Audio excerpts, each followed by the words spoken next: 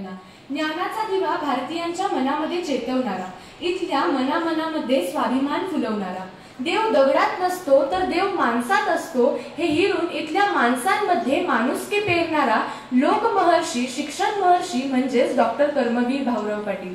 महाराष्ट्र हा दगड धोंड्यांचा, अंजन कांचन करे कपारीचा देश। भले रत्नांच्या खाणी या मातीत नसतील, पण पृथ्वी मोलाची लाख नवरत्न याच मातीत जन्माला आली आणि त्यांपैकीच एक म्हणजे डॉक्टर कर्मवीर भाऊराव पाटील।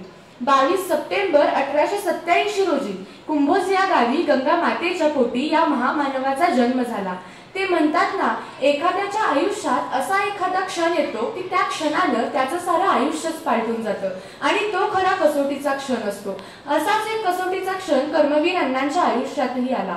पायगोंडा पाटलांच्या घरी म्हणजेच भाऊरावांच्या घरी पाहुणे मंडळी आली होती। पाहुणे मंडळी जेवायला बसले। जेवता जेवता पाहुण्यांनी सहज प्रश्न विचारला, काय हो पायगोंडा पाटील, तुमचे चिरंजीव भाऊराव करतात तरी काय? त्यावेळेस पायगोंडा पाटील म्हणाले, काही नाही, 2 वेळचं खातो आणि गावभर हिंडतो।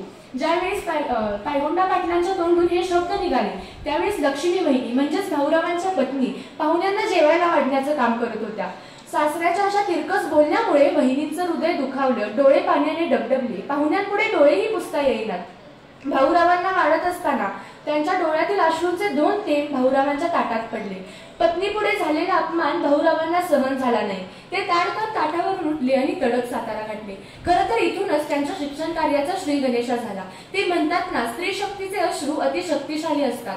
पतिनिष्ठ सीतेच्या अश्रूंनी रामायण घडवलं, साध्वी द्रौपदीच्या अश्रूंनी महाभारत घडवलं असा इतिहास आहे ना।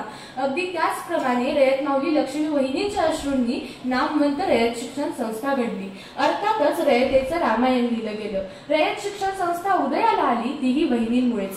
लोकशाहीचा मूळ गाभा लोकशिक्षण आहे आणि असं हे लोकशिक्षण समाजाला विकासाकडे नेण्यास प्रवृत्त करतं हे अण्णांना ज्ञात होतं। म्हणूनच अण्णांनी अनवाणी पायाने वनवन करून अवघा महाराष्ट्र पालथा घातला आणि शिक्षणाची गंगा बहुजनांच्या झोपडीपर्यंत पोहोचवण्याचं कार्य त्यांनी केलं।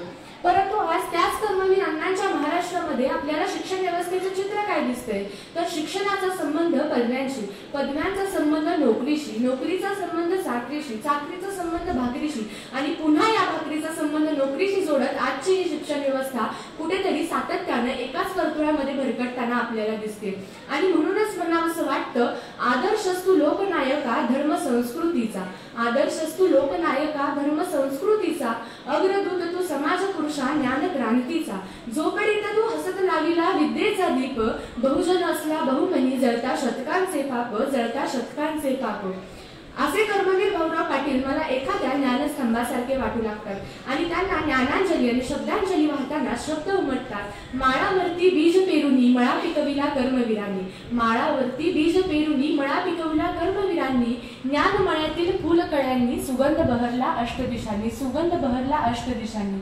आज खरं तर गरज आहे ती म्हणजे तुम्ही आम्ही सर्वांनी शिक्षणरूपी शस्त्र हातामध्ये घेऊन लढण्याची।